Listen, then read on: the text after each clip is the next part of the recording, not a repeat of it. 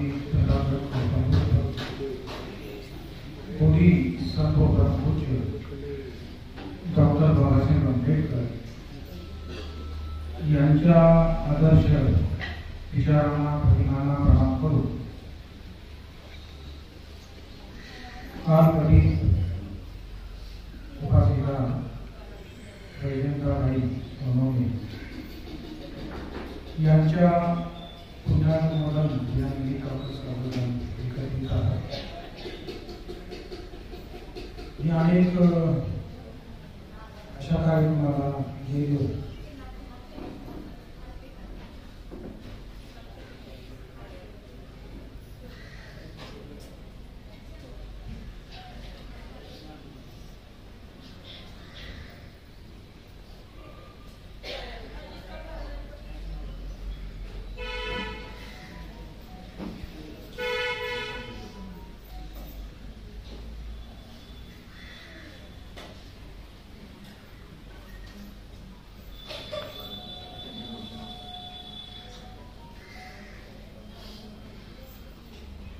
परंतु असा कार्यक्रम आहे. उपासक प्रताप सोनवणे यांनी जे आपल्या आईचं वर्णन केलं आणि आईविषयी जे काही भाव व्यक्त केले त्यामुळे आपण सगळेच भावनिक झालेलो आहोत. आज ज्या विषयावर मला बोलायचा आहे तो विषय फेन पिंडोपमसूत्र नावाचा एक सूत्र आहे. मी चर्चा करणार. आपण सर्वच सोनवणे फुलेंच्या या दुःखामध्ये सहभागी आहोत. आज मी त्यांना प्रथम पाहिलं की ते धार्मिक व्यक्ती आहे. कारण बऱ्याच वेळांनी त्यांच्या राजकीय भूमिका पण पाहिल्या होत्या. पण आजची भूमिका त्यांची झाली की ओरिजिनल त्यांचा जो स्वभाव आहे तो धार्मिक आहे. आणि मला असं वाटतं की तो स्वभाव त्यांच्या आईपासून त्यांना प्राप्त झाला. इतरांना मदत करणे, सपोर्ट करणे किंवा इतरांच्या दुःखामध्ये सहभाग होणे हा जो त्यांचा स्वभाव आहे तो ही धार्मिकतेचं लक्षण. आता या ठिकाणी उपासिका वैजंता यांच्याविषयी जे काही आपण ऐकत आहोत त्यांना धर्म माहीत आहे किंवा माहीत नाही तो प्रश्नच नाही.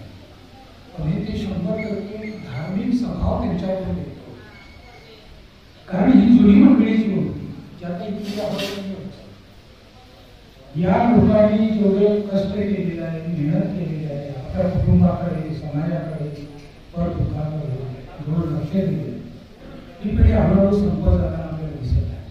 आपल्याकडून नाहीशी होताना आपल्याला दिसत आहे. आपण अनेक धर्माच्या गप्पा मारतो परंतु धार्मिक माणसं जी होती ती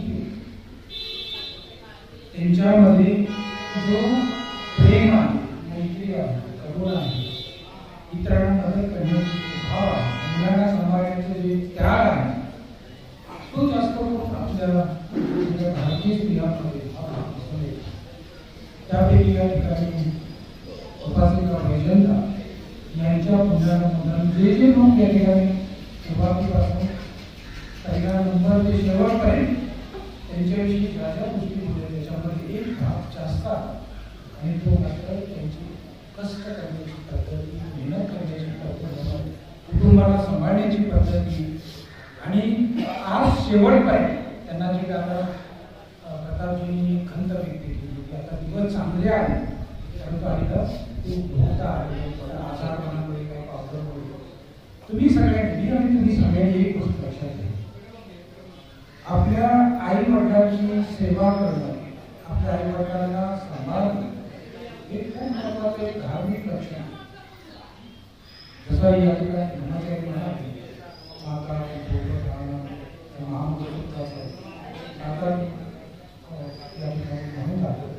आई वडिलांची सेवा करणं, आई वडिलांना सांभाळणं, ज्या कुटुंबामध्ये, ज्या घरामध्ये आई वडिलांना व्यवस्थित सांभाळलं जातं तेच कुटुंब धार्मिक कारण भगवान बुद्धांनी महामंगल सूत्रामध्ये, पराभव सूत्रामध्ये अनेक ठिकाणी आई वडिलांना खूप उच्च स्थान दिले. आणि बौद्ध परंपरेमध्ये मी जर पाहिलं, या ठिकाणी आपण जी साधना करतो, करुणेची साधना असेल, मैत्रीची साधना असेल, या सगळ्या साधना या सर्वांना माता या स्वरूपात पाहून साधना. बोधिसत्वाच्या साधनामध्ये सगळ्यात महत्वाची साधना की जे कोणी सत्व असेल, मनुष्य असेल, जीव असेल, स्त्री असेल, पुरुष असेल, त्यांना अशा भावनेतून आपण बघितलं पाहिजे की माता स्वरूप आहे. तर आपल्यात करुणा होईल. म्हणजे एक लक्षात घ्या, आई किती महत्वाची आहे. कारण आईचे संस्कार, आईचे भाव जे मुलांमध्ये निर्माण होतात त्याच्यामध्ये तिच्या कुशल नाही. त्यांना काही लेक्चर द्यावं लागत नाही, त्यांना काही ग्रंथ वाचायला लागत नाही, पण आईचं सानिध्य, आईचा जो भाव आहे तो वागण्याचा, बोलण्याचा, जे मुलावर प्रभाव पडतो त्याला पूर्ण आपल्या जीवनामध्ये वाटतो. आणि बौद्ध परंपरेमध्ये सुद्धा या गोष्टीला खूप महत्वाचं स्थान दिलेलं आहे. जर आपल्याला करुणा, मैत्री या भाग जर वाढवायचा असेल तर आपण सर्व प्राणी मात्रांना आपल्या माते समान मानलं पाहिजे. माते स्वरूप आपण बघायला पाहिजे. आणि बौद्ध धर्म पुनर्जन्म मांडणारी सुद्धा एक परंपरा आहे. आणि त्याच्यामध्ये असं म्हटलेलं आहे, कधी ना कधी कोणी ना कोणी आपल्या या विश्वात जगात आपली माता असतेच आणि राहिलेच. फक्त मनुष्यच नाही, पशु, पक्षी, कीटक आदी सर्वांना आपण माते समान बघायला पाहिजे. अशी ती साधना, करुणेची साधना, मैत्रीची साधना आपल्यामध्ये. म्हणजे तुम्ही पहा की आपल्या धर्माचं मूळ जे आपल्याला उगम पावणार आहे ती आई. आपल्या धर्माचं मूळ आपण धार्मिक बनणार आहोत ते आईच महत्वाची. आणि मला असं वाटतं की भारतीय परंपरेमध्ये आई हा जो शब्द आहे तो त्या घरातील प्रमुख आहे. त्याच्यामध्ये त्या आई शब्दाशी करुणा जोडलेली आहे, प्रेम जोडलेलं आहे, आदर जोडलेला आहे, त्या शब्दाशी अनेक कुशल भावना जोडलेली. आणि म्हणून ही जी जुनी लोक आहे, वैजंता ताईविषयी आपण सगळे आपण बोलत आहोत, त्यांच्या पुण्यामध्ये आज वाटतं दुसरा दिवस आहे, तिसरा दिवस. तर या ठिकाणी आपण त्यांच्याविषयी जे जे मत व्यक्त करत आहोत, आज कुटुंबात सगळे सोडून प्रॅक्टिकल होत. आणि म्हणून या ठिकाणी आपण पाहतो की त्यांची जी भूमिका त्यांनी पटवली त्याच्यामुळे ते असं घ्यायचं. म्हणजे जुन्या लोकांनी आपल्या स्वतःला सगळं कष्ट आपल्या स्वतःला नष्ट करून आणि मग पुढच्या पिढीला उभा केले. आणि मग एक आहे बौद्ध परंपरेमध्ये आपण सर्वांनी आपल्या माता पित्यांना सांभाळणं, त्यांच्याकडे दुर्लक्ष न करणं. आणि सगळ्यात महत्त्वाचे मात्र वय होतं, म्हातारी होतात, रोग लागतो, त्यावेळेला सगळ्यात सांभाळणं सगळ्यात गरजेचं. कधी कधी माणसं कंटाळतात, असं वाटतं कधी मरेल, कधी जाईल असा भाव तयार होतो. कारण थोडं सांभाळावं लागतं, थोडी घाण काढावी लागते, थोडं स्वच्छता करावी लागते. सगळ्यांच्या घरामध्ये घटना घडतात आणि मग माणसाला वाटतं की कधी जाईल असं वाटतं. परंतु एक आहे, भगवान बुद्धांनी असं म्हटलेलं की मृत्यूशय्यावर असलेल्या व्यक्तीला एक दिवस जरी तुझा मिळत असेल तर तो ठीक आहे. कारण माणसाचं आयुष्य, माणसाचं जीवन याच्या पलीकडे कुठल्याही गोष्टीला किंमत नाही. मग ते धन असेल, संपत्ती असेल, प्रॉपर्टी असेल, आदी गोष्टी असतील, आपल्याला मिळालेलं आयुष्य खूप महत्वाचं आहे. पण त्या आयुष्याचा काय उपयोग करतो, काय करत आहोत याही गोष्टीकडे आपण लक्ष दिलं. तर मी ज्या विषयाला हात घालणार आहे तो विषय आहे बेन पिंटू थॉमस. असं म्हणते का भगवान बुद्ध अयोध्यामध्ये होता. तुम्हाला माहिती आहे की अयोध्याविषयी आता बरेच वाद भूमिका घातलेला आहे. आणि भगवान बुद्ध अयोध्यामध्ये आहेत आणि गंगा नदीच्या काठावर आहे. आणि त्या ठिकाणी भगवान बुद्धांनी सर्व भिक्खूंना निमंत्रण पाठवले. त्या ठिकाणी चर्चा करणे खूप गंभीर आणि खूप सूक्ष्म धर्माची चर्चा करणे. भगवान बुद्धांचा जो उद्देश आहे एक व्यवहारिक स्वरूपाचा आहेच आहे, परंतु त्यांचा जो पारमार्थिक जो उद्देश आहे, जो सूक्ष्म उद्देश आहे त्याच्याकडे आपण विशेष करून अभ्यास केला पाहिजे. या ठिकाणी भगवान बुद्धांनी भिक्खू संघाला निमंत्रित केलं आणि मग ते काय म्हणतात की हिंदीमध्ये माझ्यासमोर हे सगळे नोट्स आहेत, तरी मी हिंदीमध्ये आहे, मराठीमध्ये, हिंदीमध्ये बोलून ते म्हणतात जैसे ये गंगा नदी बहुत बड़े फेन पिंड का वहन करती. फेन पिंड नाही, फेन पिंड कशाला फेस, सामनाचा फेस होतो, तसं जेव्हा पाणी वाहतं, नद्यांचं पाणी वाहतं तर त्याचा फेस तयार होतो. ते म्हणतात की फेन पिंड का वहन करती है, उस फेन पिंड को चक्षु नेत्र वाला पुरुष देखे चिंतन करे और समुचित परीक्षा करे तो उस देखने वाले, चिंतन करने वाले और समुचित परीक्षा करने वाले को यह फेन पिंड रिक्त शून्य मालूम है. जसं तो फेन पिंड आहे, जो फेस आहे, तो फेस आपल्याला दिसतो, चमकताना दिसतो, एक फुग्यासारखा दिसतो, फुग्यासारखा दिसतो, परंतु त्याच्यामध्ये काही नाही. तसं आपल्या शरीर. आता ह्या गोष्टीकडे आजचे वैज्ञानिक जो भाग आहे तो आज यापर्यंत या विश्वाचं विश्लेषण करत असताना या विश्वाला सुद्धा त्यांनी या भूमिकेत ठेवलेला आहे. आपल्याला हे ठोस दिसतं, आपल्याला असं वाटतं की आपण अमर आहोत, आपण मरणारच नाही, आपण कायमस्वरूपी आहोत, आपण इथंच राहणार. अशा प्रकारची भूमिका आपली मानसिक असते. परंतु या ठिकाणी असं म्हणतात हे फेन पिंड के समान.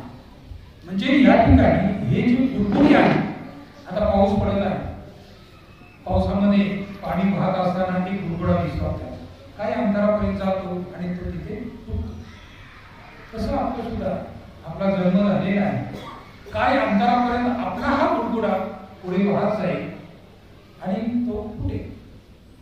म्हणजे माणूस वय झाल्यावर मरतो ही आपली कल्पना आहे, आपली एक कल्पना आहे की माणूस वय झाल्यावर मरतो. परंतु जरी माणूस वय झाल्यावर मरत असेल, माणूस जरी रोगाने मरत असेल, तरी सुद्धा भगवान बुद्धाने असं म्हटलेलं आहे की माणूस जन्म झाल्यानंतर त्याच्या ह्या सगळ्या घटना तय झालेल्या आहेत. जन्माबरोबरच मृत्यू आहे, जन्माबरोबरच म्हातारपण आहे, जन्माबरोबरच रोग सगळे आहे, हे शरीरच रोग आहे. आणि मग तुम्ही मरताना सुद्धा रोगातून मुक्त होऊ नये. कुठल्या कुठल्या रोगाने जातोच आपण. किती जरी हॉस्पिटल्स असले, डॉक्टर्स असले, औषधं असली, तरी माणसं रोगानेच मरतात. तरी माणसं त्या रोगातून मुक्त होण्याचा प्रयास करताना मरतात. म्हणजे या ठिकाणी आपण सुद्धा या फुग्यासारखी आपली स्थिती आहे. पावसामध्ये जे बुडबुडे आपल्याला दिसतात पाणी वाहताना, तसं आपण सगळे बुडबुडे आहोत, इथं बसलेली सगळी माणसं. म्हणून आजच्या या पुण्यानं बोधन दिनानिमित्त आपण असं चिंतन करायला पाहिजे. भगवान बुद्ध भिक्षूंना सांगतात असं चिंतन करा की मी मरणार आहे, असं चिंतन करा की मी म्हातारा होणार आहे, असं चिंतन करा की मी रोगग्रस्त होणार आहे, असं चिंतन करा की माझं जे जीवन आहे ते शाश्वत नाही, सनातन नाही, ते पूर्ण बदलणार आहे, परिवर्तन होणार आहे, ते अनित्य आहे. अशा प्रकारचं आपण चिंतन जीवनामध्ये केलं. आपल्या मनामध्ये जेव्हा अशा प्रकारच्या एक नित्य भावना तयार होतात, सुखाच्या पाठीमागे धावणाऱ्या भावना जेव्हा होतात, एक मद असतो आपल्याला, एक धावण्याचा मद असतो की आपलं शरीर चांगलं असतं. आपलं सगळ्याच बाबतीमध्ये आपण एखादी कुठून उडी मारायची म्हणजे तर आपण मारतो, किती पळायचं म्हणजे आपण पळतो. पण वय झाल्यानंतर ही स्थिती राहत नाही. वय झाल्यानंतर आपण चर्चेत होतो. आणि म्हणून या ठिकाणी आपण सगळ्यांनी ही गोष्ट भगवान बुद्ध इथं म्हणतात, भिक्षूंना सांगतात कि आपण जे समुचित परीक्षा करने को वो फेन पिंड रिक्त शून्य ही मालूम होणार. मग आपल्या शरीरामध्ये, आपल्या स्वतःच्या या व्यक्तिमत्वामध्ये आहे तरी काय? तुम्ही पहा, जगातील सगळे लोक आत्मवादावर भर देतात, सगळ्या धर्माने आत्मा मानले, फक्त बुद्धिझम अनात्म या गोष्टीला म्हणतो. अनित्य आहे, दुःख आहे, अनात्म आहे. आणि म्हणून असं म्हणतात अनात्माची साधना केल्याशिवाय निर्वाण प्राप्त होत नाही. आणि बाकीचे जे लोक आहेत जे आत्म्याची भूमिका घेतात, ते आत्मा म्हणजे कोण? ज्याला मी म्हणतो तो आत्मा. मग आता मी म्हणून आपण व्यवहार किती तर जगत असतो. मी असा, मी तसा, मी शिक्षित आहे, मी अशिक्षित आहे, माझ्याकडे एवढं धन आहे, मी आणि माझ्यामध्ये आपण अशा अविद्यायुक्त काल्पनिक जगात वावरत असतो. पण याच्यातून वर उठायला बुद्ध सांगतात. बुद्ध सांगतात की माणसं झोपलेली आहे. बुद्ध सांगतात की माणसं अजागृत आहे.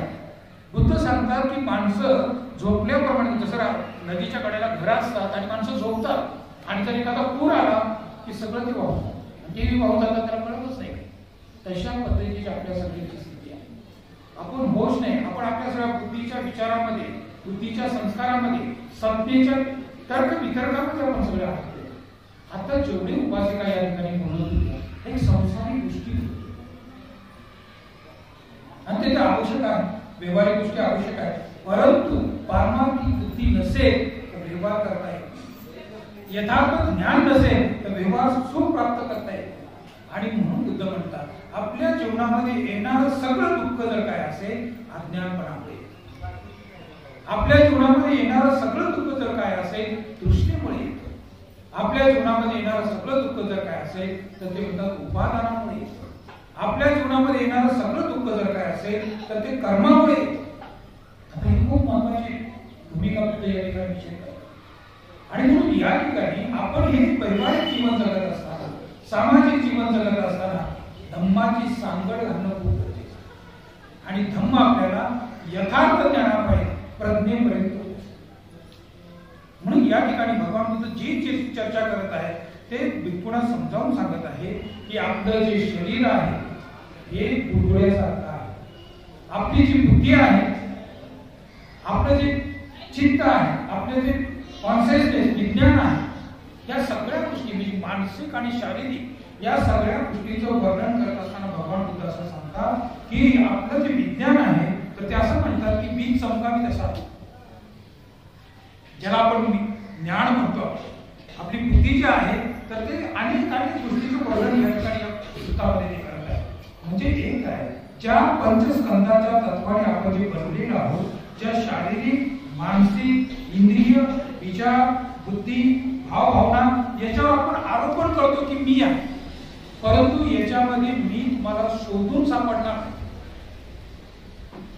नाहीच. मी इथं मीचं ठाम पत्ता नाही, परंतु आपण एक मानसिक संस्काराचे कल्पित मी जो आहे त्याच्या आधारावर आपण जीवन जगतो. आणि म्हणून या जगाची यथार्थता, आपल्या शरीराची यथार्थता, आपल्या मनाची यथार्थता, आपल्या बुद्धीची यथार्थता ही जाणणे, वास्तविकता जाणणं हे आपल्या सर्वांचं या धर्माच्या मार्गाने जात असताना हे प्रमुख काम आहे. आणि म्हणून या ठिकाणी भगवान बुद्ध एका ठिकाणी धर्मपदात म्हणतात 170वी गाथा लोक मध्ये ते म्हणतात यथा दुकुलकम पस्स यथा पस्से मरीचिकम एवं लोकम अविखंतम मच्चुराचन न पस्सति. ते म्हणतात आदमी जैसे बुलबुली को देखता है, जैसे मरीचिका को देखता है, वैसे जो पुरुष लोक को देखता है उसकी और यमराज आंख उठाकर नहीं देखता. म्हणजे या जगाची, आपल्या स्वतःची वास्तविकता काय आहे हे बुद्धांनी सांगितलेलं आहे.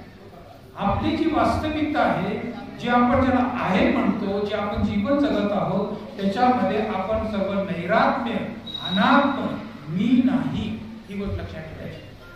आणि म्हणून या ठिकाणी दोन प्रकारच्या उद्देशावर आपण भर द्यायचा. एक, तुम्ही संसारिक जीवन तुम्हाला जगायचं आहे, धन कमवा, प्रॉपर्टी कमवा, बंगला बांधा, घर घ्या किंवा गाड्या घ्या, या सगळ्या गोष्टी घ्या, त्याच्याबद्दल प्रॉब्लेम नाही, पण त्याच्यासाठी म्हणू नका, त्याच्यासाठी आपलं अनमोल जीवन खर्च करू नका. ते फक्त आपलं साधन मात्र आहे जीवन जगण्याचं, याकडे मात्र आपण लक्ष दिलं पाहिजे. माणसं याच्यासाठी पूर्ण पिढी होतात, याच्यासाठी आत्महत्या करतात, याच्यासाठी भांडणं, वाद विवाद, प्रतिवाद, चिंता, तणाव, काय काय गोष्टी असतात. परंतु हे साधन मात्र आहे, याला कुठल्याही प्रकारचं नंतर त्याला किंमत नाही. मृत्यूच्या समोर काय, मृत्यू आपल्याला जी गोष्ट समाप्त करते, आपल्याबरोबर येत नाही ती आपली. मग काय तुमच्याबरोबर येत नाही, धनसंपत्ती तुमच्याबरोबर येते. वैजयंताबाई यांनी एवढं कष्ट केलं, मेहनत केलं, मुलांवर संसारिक जीवन त्यांच्या खूप चालते, त्यामध्ये प्रॉब्लेम असतो. पण त्यांच्यावर कुठल्या गोष्टी गेल्या ते तुम्ही चिंता करा, नातेवाईकांनी चिंता करायला पाहिजे. आज तुम्ही धुळेमध्ये खान देशातून आज या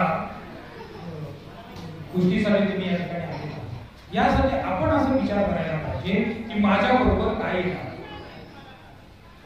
काहीच येणार नाही, आपलं शरीर पण येणार नाही. आणि जे काय आपलं शरीर आणि जे मन आहे ते आपलं नाही. पहिली गोष्ट लक्षात ठेवा, आपण एक प्रकारची कल्पना केलेली आहे मीची, की मी आहे अशी कल्पना भगवान बुद्ध सांगतात ही अविद्याचं लक्षण आहे. मी आणि माझं अशा जो अडकलेला आहे तो व्यक्ती अज्ञानी आहे. मग ते म्हणतात अविद्या प्रचया संघार. या अज्ञानपणातून माणसं कर्म करतात, कर्मसंस्कार करतात, कायिक वाचिक मानसिक कर्म करतात आणि या कर्मसंस्कारातून संकार पच्छा बियाणे ते जन्म घेतात.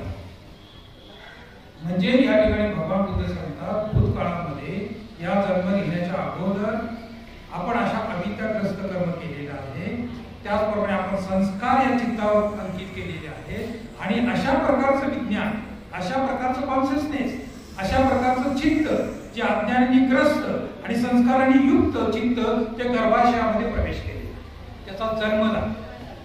त्याला म्हणतात वियान पच्चया नामरूप. जे गर्भाशयात झाला तर मग नामरूपाची उत्पत्ती झाली. बाकीचे माइंड तयार झाले, चक्षु विज्ञान, बोध विज्ञान, लहान विज्ञान, जीवा विज्ञान, काय विज्ञान, परंतु जे विज्ञान सुटल्यानंतर बाकीच्यांची उत्पत्ती झाली. म्हणजे या ठिकाणी आणि मग आपण हे जन्म झाला, नामरूप जुडले आणि मग विषयाच्या पाठीमागे आपण पळतो. रूपाच्या पाठीमागे, शब्दाच्या पाठीमागे, गंधाच्या पाठीमागे, रसाच्या पाठीमागे, प्रष्टवेच्या पाठीमागे, मनोधर्माच्या पाठीमागे आपण वेडे झालो खूप. आणि माणसाला मरेपर्यंत कळत नाही की हे जीवन काय, हे जगणं कशासाठी आहे, आपण कशासाठी आलो, कुठं जात आहोत, हे सगळं काय करत आहोत, काही नाही. हा एक लोक प्रकार आहे, सामाजिक संसारिक आपण जे करत आहोत ते करा, त्याच्यामध्ये प्रॉब्लेम नाही. परंतु आपल्याला परमार्थिक बुद्धी उत्पन्न करणं खूप गरजेचं आहे. यथार्थ ज्ञानाची बुद्धी उत्पन्न करणं गरजेचं आहे. तर आपण हे संसारिक, सामाजिक, कौटुंबिक जे काही जीवन जगणार आहोत त्याच्यामध्ये आपल्याला परम सुख प्राप्त होईल. म्हणजे या ठिकाणी आपण सगळेच मरणार आहोत, आपण काही सगळे राहणार आहेत. आपण खूप कमी आता दिवस राहिलेले आहेत. जास्तीत जास्त इथे बसलेले लोकांची बऱ्याच वेळेला पाहतो तरी 10, 15, 20 वर्षाच्या आत सगळेच उठणार आहेत. आणि ते पण एवढी गॅरंटी नाही की 20 वर्ष राहतील, 10 वर्ष राहतील. कमीत कमी या ठिकाणी वैजंताबाई सोनवणे यांच्या कुटुंबियांनी त्यांची अंत्यविधी तर केली. आपलं काय होईल काही सांगता येत नाही. अंत्यविधी कुणी करेल का नाही व्यवस्थित, हा प्रश्न आपल्यासमोर आहे. म्हणजे आपण किती वर्ष, आपण सगळे कंपल्सरी पडणारे लोक आहोत ना. कुणी इथं अमर, अक्षय कुणीच नाही. इथं कुणीही कायमस्वरूपी राहणार नाही. आणि मग सगळ्यांनी या गोष्टीतून आपल्याला ही गोष्ट शिकायला पाहिजे की जसं या आई गेल्या तसं आपण सगळे लोक जाणार आहोत. याचं सातत्याने स्मरण ठेवा. भगवान बुद्धांनी या गोष्टीला खूप महत्वाचं स्थान दिले. याला देवदूत म्हटलेलं आहे. जे लोक देवदूत म्हणजे दिव्य संदेश आणणार. काय देवदूत आहे? जर तुम्ही एखादा रोगी पाहिला तर असं कल्पना करा की मी रोगी होणार, त्यालाच रोगी म्हणून हिणू नका. एखादा म्हातारा पाहिला तर तो म्हातारा झाला म्हणून त्याला हिणू नका, आपणही म्हातारा होणार. एखादी म्हैस चालली आपण खूप लांब राहतो, नाही आपल्याला जायचं नाही, स्पर्श करायचं नाही, शिवायचं नाही, आणि 3ऱ्या किंवा 10व्या दिवसाचं जेवायचं नाही, अशी लोक आहेत. कारण माझ्या अंगामध्ये आंबा आहे किंवा टीव्ही आहे, हे आहे, आरती खाल्लं तर असं होईल, देव सुद्धा घाबरतो म्हणते बघा, जेवत नाही. म्हणजे अशा प्रकारची ही जी लक्षणं आहे ही चुकीची लक्षणं आहेत, ही अज्ञानयुक्त लक्षण आहे. असं काही नसतं. तुम्ही मेल्यावर तुमचं कोण जेवणार हे विचार करा ना. तर असं काही नसतं. माणूस मेला त्याच्या जेवणाचं आपण जीवू नये, आपल्या दिवे हे सगळं साफ चुकीचं आहे. तुम्ही मरणारच आहात. देवी जरी अंगात असेल, देव जरी अंगात असेल तर मृत्यू कंपल्सरी आहे ना सगळ्यांना. कधी मरणार सांगता येत नाही, पण मृत्यूकडे चाललं ते मात्र नक्की. आपला प्रवास तिकडेच आहे. आपलं तोंड त्याच ठिकाणी, आपलं मुख जे आहे मृत्यूकडे जात आहे. कुणी उद्या जाईल, कुणी आठवड्याने जाईल, कुणी महिन्याने जाईल, कुणी वर्षाने जाईल, पण कंपल्सरी राहा. कुणीही या ठिकाणी कायमस्वरूपी राहणार नाही. जेवढं सोनवणी कुटुंबियांनी आईची सेवा केली, आपली सेवा कोण करेल सांगता येईल. आजकाल ते लोक असे आहेत की आईला सुद्धा जाळणारे लोक आहेत. एक व्हिडिओ मी असा पाहिला की कबर खोदून प्रॉपर्टीवर अंगठे घेणारी मुलं आहेत. हे सगळं तुम्ही पाहता ना युट्यूबवर वगैरे. म्हणजे पहा की आजपर्यंत आज तागायत उलट सोनवणे, प्रताप सोनवणे आपल्या आईची सेवा केली, त्यांच्या कुटुंबाने सेवा केली, त्यांच्याकडे लक्ष दिलं. कारण अशा अवस्थेत असताना खूप कठीण असतं ना, ज्याची त्यांनाच माहीत असतं. जे करतात त्यांना करतात आणि आपल्याला कोण करेल. म्हणून आपण सर्वांनी कायमस्वरूपी राहणार आहोत, आपण मरणार नाही. आपला जो अहंकार जो आपण बाळगून आहोत, मान बाळगून आहोत, तो मात्र आपला गेला पाहिजे. खूप मान आहेत आपल्यासाठी, खूप अहंकाराने आपण भरलेले, निगुणी भरलेली माणसं आपण. कसले कसले अहंकार. आमचा बंगला आहे याचा अहंकार, आमच्याकडे धनसंपत्ती आहे याचा अहंकार, मी खूप सुंदर आहे याचा अहंकार, मी ऑफिसर आहे याचा अहंकार, मी धार्मिक गुरु आहे याचा अहंकार. अशा अहंकाराने अज्ञानी लोक भरून गेले. भरलेला आहे. हा मान, हा अहंकार, इगो आपण कमी केला पाहिजे, हटवला पाहिजे. भगवान बुद्धांचा सगळ्या साधनेचा सोर्स आहे तो अहंकार आणि मान हटवण्यासाठी. लग्न जर असेल तर विचारूच नका, सगळा मान आणि अपमानच आला, मान पान. तो लग्नामध्ये मी अनेक प्रोग्राम केले, सोनमच्या कुटुंबियाच्या लग्नाला पण अनेक ठिकाणी पुढारी आलेलं त्याचं नाव घ्यावंच लागतं ना, त्याचा अपमान होतो, तो निघून जातो. बघा हे मरणारी माणसं, बुडबुड्यासारखी माणसं आहेत, म्हणजे किती अभिमान वाटते. त्या लग्नात त्याचं नाव घ्यायचं. मी एक युट्यूब असा बघितला, एक नेता, सिनियर नेता पहिल्यांदा आपल्या ज्युनियरचं स्वागत केलं म्हणून तो निघून गेला. नाराज झाला का? माझ्या ज्युनियरचं तुम्ही स्वागत केलं, मी त्याच्यापेक्षा श्रेष्ठ आहे. हा मान. ही सगळी माणसं वेडी आहेत, ही सगळी माणसं वेडी झालेली आहेत, अज्ञानाने भरलेली माणसं आहेत. आणि मग अशा प्रकारची युगोनी भरलेली जी माणसं असतात त्यांचं खूप कठीण काम आहे ना. खूप तुम्ही एक जास्त भाव देऊ नका, त्यांना खूप वर उचलू नका. जो माणूस अहंकाराने खूप निर्मळ आहे, खूप स्वच्छ आहे, खूप सरळ आहे, सगळ्यांसाठी बघणार आहे, जसं वैजंतात आहे, अशी जी माणसं आहेत ना, ही धार्मिक माणसं आहेत, पण त्याच्यावर कोणीच लक्ष देत नाही, त्यांच्यावर कोणीच स्वागत करत नाही, त्यांना कोणीच बोल देत नाही. आपण दुसऱ्याचा युगच वाढवत राहतो. तुम्ही लग्नात सगळे अनुभव घेताना 1 तास चालतो हा कार्यक्रम, स्वागताचा कार्यक्रम 1 तास चालतो.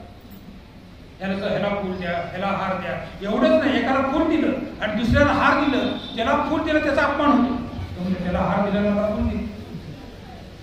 अशा सगळ्या मान अपमान अहंकारात भरलेली जी माणसं असतात, भगवान बुद्धांच्या या धम्मामध्ये ही सगळी अज्ञानी माणसं आहेत. ही सगळी माणसं अविद्याग्रस्त आहेत आणि ज्याच्याकडे मी माझ्याची अविद्या आहे ना, त्याच्याकडेच विकार उत्पन्न होतो. घरात सगळी भांडणं, जेवढी संघर्ष भांडणं कशामुळे होतात, या मीमुळे होतं. मला शिव्या दिल्या, मला मारलं, माझ्यावर तो गुडगी, मला लुटलं. बुद्धांनी म्हटलं अक्कोची मग गावती मग अंजेली मग आहासिरे याच्यात उपनयंती वैरम न ते संमती. भगवान बुद्ध म्हणतात त्यांनी मला मारलं, त्यांनी मला शिव्या दिल्या, त्यांनी मला मीला दिल्या, तर अशा व्यक्तीचा वैर कधी शांत होत नाही. विकारातून तोच व्यक्ती मुक्त होऊ शकतो जो मीला सांगतो. धार्मिक व्यक्ती तोच आहे जो मीच्या पलीकडे जातो, त्याला अनात्म म्हणतो. आणि हा एवढा सुंदर मार्ग, चांगला मार्ग. बाकी तीर्थिक लोकांच्या मार्गामध्ये मोक्षच नाही, फक्त बुद्धांच्या मार्गामध्ये मोक्ष आणि निर्माण प्राप्त. आणि तो मोक्ष आणि निर्माण जो भाग आहे तो अनात्माच्या नंतर प्राप्त. आणि म्हणून एक आहे, पहिल्यांदा मीचा शोध घ्या, मी कोण आहे. आध्यात्मिक जीवनातील सगळ्यात महत्वाची गुरुकिल्ली. आणि म्हणून जे आपली जे भिक्षू असतात ना, ते आपल्या शिष्याला सांगतात एक हातची टाळी शोधू नका. आता एक हातची टाळी कधी वाजते का? आणि मग तो एक हातची टाळी पूर्वी मला एक वाक्य दिलेले आहे, त्या वाक्याच्या शोधात होता. एक हातची टाळी कोणती असते? एक हातची टाळी म्हणजे दुसरी तिसरी कोणी नसून हे मीपणाचा असतो. मी म्हणजेच एक हातची टाळी असते. आणि जो मीला ओळखतो, जो मीला जाणतो आणि जो मीच्या पलीकडे जाऊन नैरात्म आणि अनात्म स्थितीत असतो, तो खरा धार्मिक व्यक्ती तिथे असतो. अन्यथा मग कितीही संघटना असो, कितीही असो, काही असो, वाद विवाद प्रतिवाद, माझं तुझं हे सगळं चालतं तिथं. मी मोठा आणि तू मोठा, तू छोटा आणि मी मोठा, मी असा आणि तू तसा, हे सगळ्या गोष्टी चालत. ठीक आहे, जास्त बोलत नाही, तो आपण.